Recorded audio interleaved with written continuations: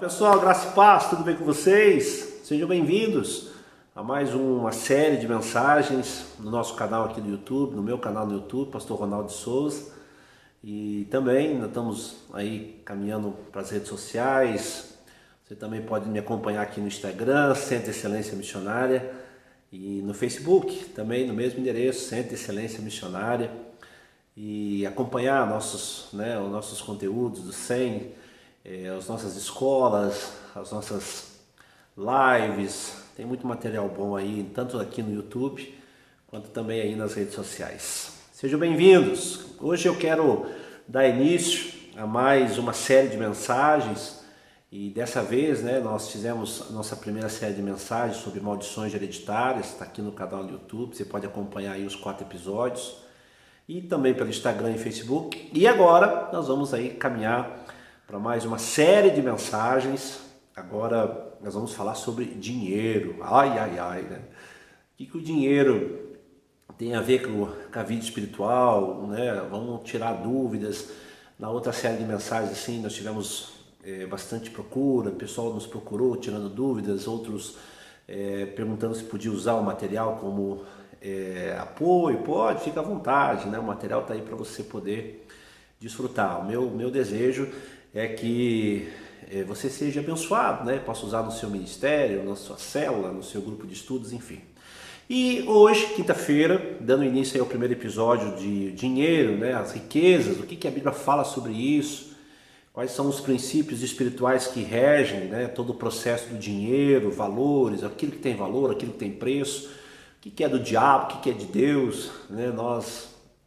A ideia desse estudo, desses 6 episódios, é falar de alguns pontos bíblicos. Alguns são bem, eu não vou dizer polêmicos, porque quem polemiza somos nós, né?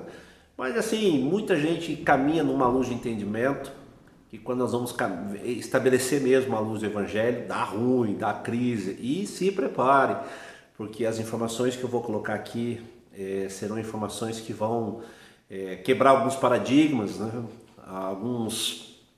Algumas paralisias de paradigmas, open box, sair da caixa, tá? Então seja bem-vindo à nossa série de mensagens, e que Deus, né, nos dê graça, te abençoe, te agracie, que esse vídeo possa acrescentar no seu ministério, na sua vida pessoal, enfim. Nós vamos trabalhar aí durante 6 semanas a respeito desses valores. É muito conteúdo, mas nós vamos descer um pouco aí e falar, no mínimo, de alguns assuntos, entre eles dízimo, oferta, primícia, restituição financeira, né? O que Deus requer, o que a Bíblia ensina, onde o crente pode investir, o que não pode investir, sobre jogo, rifa, enfim, tudo que envolve a vida financeira, que, pasme, né? Já de largado eu vou lançar. Não tem esse negócio de o dinheiro é à parte, né? Muito pelo contrário. Portanto, pega aí seu lápis, sua caneta, pega a sua Bíblia, e eu vou acompanhar você nas próximas 6 semanas. Todas as quintas-feiras nós vamos estar lançando um vídeo, um episódio a respeito desse assunto, né, dessa série de estudos sobre riquezas, dinheiro, o que a Bíblia diz a respeito disso. Ok? Então vamos lá. Eu quero já de início estabelecer alguns pontos de entendimento, né, construir um pano de fundo a respeito como que funciona esse processo do dinheiro. O que a Bíblia diz sobre isso? Então, lógico, eu vou caminhar com vocês aí um tanto, e eu vou falar sobre o conceito do dízimo. Muitos entendem que o dízimo é do Antigo, outros dizem que é só do Novo Testamento, outros dizem que o tempo da graça não precisa nada disso, algumas linhas teológicas ensinam que tem que pagar o dízimo, outros dizem que tem que devolver, outros dizem que só ofertar resolve. Então nós vamos entrar nesse campo assim, bem minado, né, a respeito desses valores e princípios. Muito bem. O primeiro ponto que eu quero colocar aqui, nós vamos trabalhar alguns textos bíblicos, e tudo que eu for ensinar aqui vai ser baseado biblicamente. Eu jamais vou ter a audácia e a petulância de colocar um ponto de vista meu sem ignorando o processo bíblico em absoluto. Todo esse processo que eu vou ensinar aqui para vocês, que o SEM ensina, tá? Nós ensinamos nas escolas, né, do SEM, nos seminários que nós rodamos aí pelo país, ajudamos muitos ministérios, empresários até sair do buraco, né, conseguir resolver a sua vida financeira. Então, o primeiro ponto, né, o texto que eu quero começar a nossa conversa nessa série de mensagens está baseado, eu vou procurar caminhar sempre nesse equilíbrio do Antigo com o Novo, do Antigo com o Novo Testamento, para poder ver se eu consigo, ao menos amenizar ou colocar um equilíbrio teológico nesse processo. Então, o primeiro texto que nós vamos caminhar, você vai achar em Lucas, capítulo 16, Lucas, Novo Testamento, capítulo 16, assim, a princípio, para mim, esse texto que Jesus ensina, que primeiro fala, né, o capítulo 16 fala dessa administração infiel, né, a parábola do administrador infiel, mas Jesus dá uma aula de economia espetacular. Então, vamos começar a basear nesse texto. Então, está aqui na Bíblia, Lucas capítulo 16, do verso 10 ao 13. Diz assim: quem é fiel no pouco, também é fiel no muito. E quem é injusto no pouco, também é injusto no muito. Verso 10. Verso 11. Se, pois, não vos tornastes fiéis na aplicação das riquezas de origem injusta, quem vos confiará a verdadeira riqueza? Verso 12. Se não vos tornar fiéis na aplicação do alheio, quem vos dará o que é vosso? Ninguém pode servir a dois senhores, porque há de aborrecer a um e amar o outro, ou se devotará a um e desprezará o outro. Não pode servir a Deus e as riquezas. Um texto clássico que Jesus ensina a respeito desses princípios de valores, riqueza, dinheiro. Então, para fundamentar nossa conversa, nesse primeiro episódio, eu vou colocar assim algumas perguntas que é possível que você pode entrar aí nas redes sociais do SEM e responder ou argumentar. A primeira pergunta Jesus está dizendo que se eu não for fiel, o conceito de fidelidade está atribuído em todo o seu princípio, né, na sua amplitude, ao próximo, ao alheio, eu não recebo o que é meu. Isso é uma afirmação, mas a pergunta quem é o meu próximo? Em que área que eu devo ser fiel? A segunda pergunta então existe um conceito de que se eu tenho uma origem de valor, de riqueza, né, bens, de ganho, que é ilícito, eu posso santificar isso através do dízimo e da oferta? Jesus aceita? Ele está dizendo aqui que se no errado eu não sou fiel, quem me dará, como é que eu vou ser fiel no certo? Outra pergunta a respeito desse ponto. Por que Jesus, no verso 13, ele nivelou Deus, o soberano, com uma entidade? Algumas traduções você vai ver ali na Bíblia que fala mamon. Na minha aqui está riquezas. Ele nivelou, falou assim, você não pode servir a Deus e amar a riqueza, um mamon. Engraçado. Como que Jesus ousou, né, rebaixar Deus numa altura, no nível de um demônio, de uma entidade?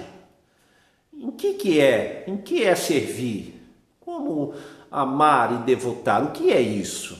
Não quer dizer que o dinheiro pode ser um demônio? O dinheiro pode ser uma entidade?